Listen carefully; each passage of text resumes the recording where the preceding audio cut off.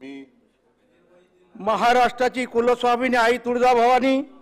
हिंदवी स्वराज्याचे सरसंस्थापक छत्रपती शिवाजी महाराज, घटनेचे शिल्पकार भारतरत्न महामानव डॉक्टर बाबासाहेब आंबेडकर, भारतीय जनता पार्टीचे संस्थापक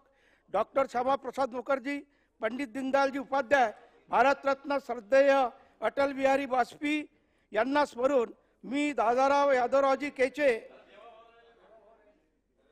विधान परिषदेचा सदस्य म्हणून निवडून आलो असल्याने ईश्वर साक्ष शपथ घेतो की कायद्याद्वारे स्थापित झाले आहे अशा भारतीय संविधानाबद्दल मी खरी श्रद्धा व निष्ठा बाळगीन, भारताची सार्वभौमत्व